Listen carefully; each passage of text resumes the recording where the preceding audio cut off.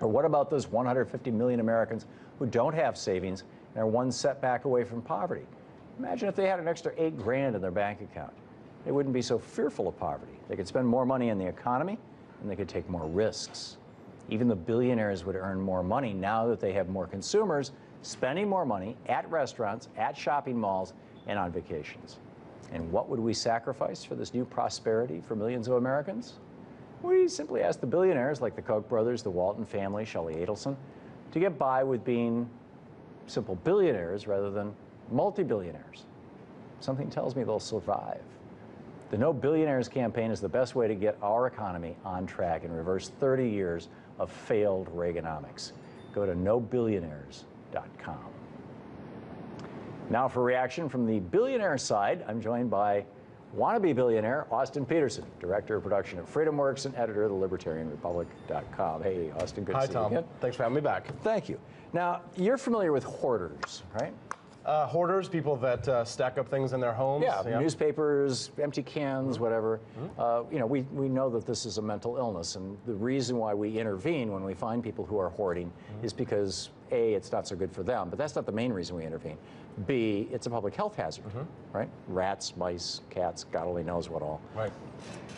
How is somebody who is hoarding money any different? Aren't they also damaging our public health, damaging our economy and our government, and acting out, you know, a mental illness? I mean, hoarding money is obsessive compulsive disorder, where the obsession, instead of on newspapers, is on money. Well, not really, because think about it. No poor person ever gave you a job, and you have to understand that the real income levels of the poorest 20% have risen over time. So if you look at most Americans, they usually start off poor. You're not answering my question. Hold on, but they become richer over time. I wanted to talk to you about the statistic, because from 1975 to 1991, the average income gain for rich households was $4,000, but the average gain for poor households was $28,000 a year. So the rich may be getting richer, but the poor are getting richer faster. So, I mean, I'm not sure what the issue is. The issue is... Why do you... I mean, this is just selfishness. Why do you care what somebody hoards? Is it any of your business what I have? There's no Scrooge McDuck going swimming in gold coins. Yeah, the richer a person gets, the more they can create jobs. We want more billionaires in this country so that we can create more jobs. Filibuster this thing. I'm trying to have a reasonable conversation. Please, go ahead.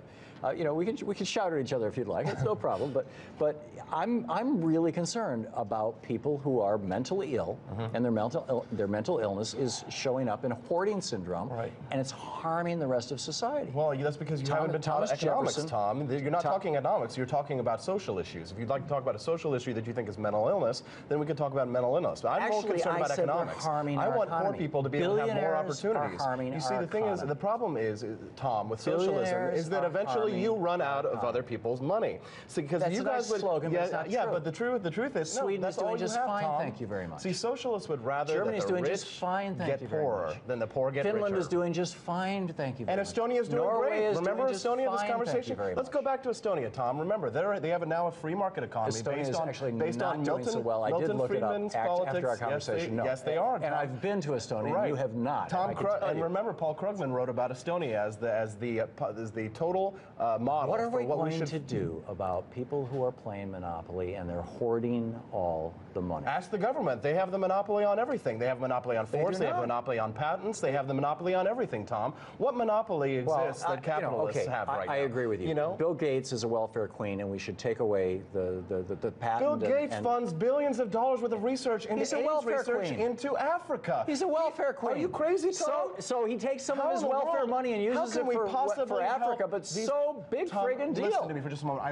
really want you to pay attention to this. This is so important because I really believe that capitalism does... First question, how did Bill Gates make his money? He made his money by creating a product that benefited millions and millions of people. And then what did he do? He took it and he invested in AIDS research. No. Yes, and vaccines in third world countries. What allows him to be a billionaire rather than a simple millionaire? By helping people who need his services. Copyright and patent laws. The federal government. Exactly. The big government. Well, you're not and without those copyright and patent laws, Thomas Jefferson thought that copyright and patents should not last no more than 3 years. Now they last 70, 80, 90 years. Well, now you're talking like a libertarian. And, well, so I'm saying, Bill Gates is a welfare queen. I don't know why you're getting so all upset. Not necessarily. Yes, of course he is. I don't want to discuss patents. I want to talk about the plight of the poor. From 1997 to 2007, 60%. Billionaires. No, it's not. That's not the way to stop this. You don't want to stop billionaires because from 1997, 99 to 2007, this hoarding behavior Snyder's destroying our 60% of poor society. households went up 20% in their income value, and half moved up to the middle class and higher. Their purchasing power is higher. Poor people, the percentage of poor who have electronic appliances in their homes and who can afford them, whether they have them or not, is vastly greater than they have 30 years ago. I'm sure that the poor of 1975 wish that they had the poor of 2005. The trailer park down the street, they would love to hear you go down and tell them how wonderful. Why? Because they can't afford 2 cars instead of 1, only 1 plasma TV instead of 2, Tom? They are way better off than they've ever been in human history.